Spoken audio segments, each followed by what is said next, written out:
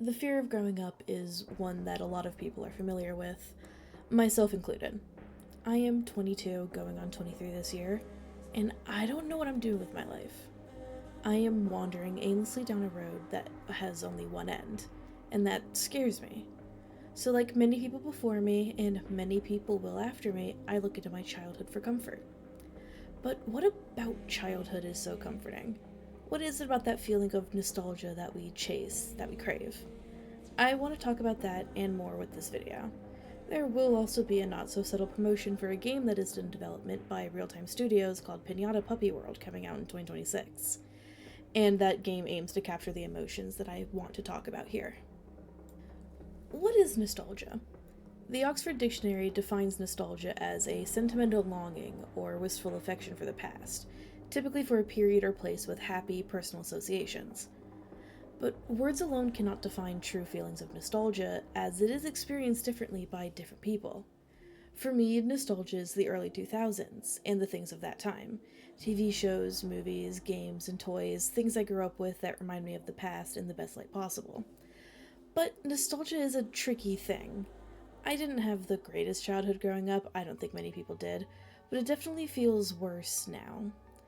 Looking back at my childhood, everything is painted in a rosy hue with bright colors and smiling faces, even though I know it was never like that. Nostalgia makes things feel better than they actually were, and it's a dangerous emotion, far too dangerous to ever allow yourself to truly live in because it could easily consume you. I like to think I don't let nostalgia consume me. I indulge in it, sure. It's comforting after a hard day to sit down and play games on my 3DS, hiding under the covers pretending I'm up far past my bedtime to play Animal Crossing New Leaf. It's good to keep the memories of childhood close to your heart. They form the you that you are today, after all. But letting those memories consume you, indulging in them to the point of losing sight on the path ahead, isn't healthy. The slope is slippery and it's easy to fall on the wrong end of it all. I do know why so many people fall into it though. Growing up is scary and it's hard. We always peek over the counter into the adult world and imagine it as the extinction of bedtimes, never-ending sweets and candy and desserts, and a land of no rules where we can do whatever makes us happy. But then we get there and we see that the adult world is dark and scary and hard to navigate, and we have no instruction manual or map on how to do so. We just have to wander aimlessly like every other adult down a path we cannot see until we reach the end. And that end is terrifying to think about. So, naturally, we look back into the past to avoid it. We look at childhood, at all the things that made us happy, through the lens of someone who's older and sadder and doesn't know what they're doing with their life. I want to talk about nostalgic depression. Usually, nostalgia is a positive light, something that's supposed to comfort us when sad as adults. But sometimes, as is the case for myself, nostalgia can invoke a deep sadness, regret, loss, and even loneliness. The past is in the past, but some aspects of it will continue to affect us throughout our lives. The depression that comes from nostalgia is normal, especially when you've been hurt or traumatized in your childhood. You fall back on these memories, and even some of the best of them are tainted. You feel an intense regret, a deep fear, and as if you lost something. I want to talk about liminal spaces now. Everybody knows what a liminal space is, I'm sure of that. The back rooms, the pool rooms, and everything in between. But a good example of nostalgia is in liminal spaces. A liminal space often invokes a feeling of nostalgia, déjà vu being a common occurrence when viewing them. The word liminal, however, means something much different than one would expect.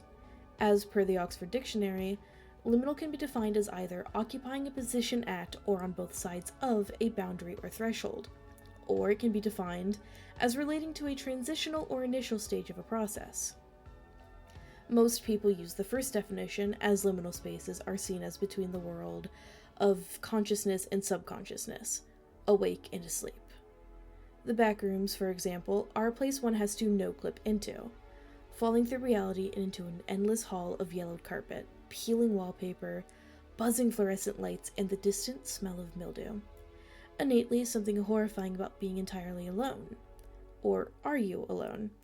The horror of not knowing if something hears you, or if you hear something, of slowly going insane or starving to death or dying of dehydration.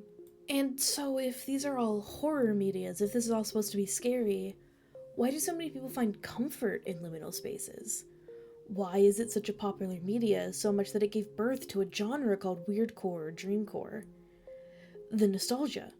The emotions of distant, strange comfort found in the uncanny, the scary, but the innocent, the innocuous even. I myself find a deep comfort in these weirdcore hangout games on Roblox, especially Jovial Playground and Ribbon Rabbit Daycare. These games, which do have horror elements such as meat and maggots and blood, are comforting. They reflect a feeling of nostalgia that my depression taints and distorts. I recommend checking both of those games out, and they'll be in the description of the video. Another game I wanted to talk about, as I mentioned at the beginning, is called Pinata Puppy World. It isn't out yet, but it is a game that aims to reflect on all of these feelings of nostalgia and nostalgic depression. I put a link to the gameplay trailer below, along with a link to the Kickstarter. I really want to see this project come to fruition, so please be sure to check it out. I really want to thank you all for listening to me yapping. I know that I'm not the most interesting person to listen to, but I do like talking about this stuff, so thanks for that. This is my first video essay. If you have any ideas on how I can improve, please be sure to leave them in the comment section below. Subscribe if you feel like it, like the video if you liked it, and share it with your friends if you think they'd like it as well. I'll see you guys in my next video. Goodbye.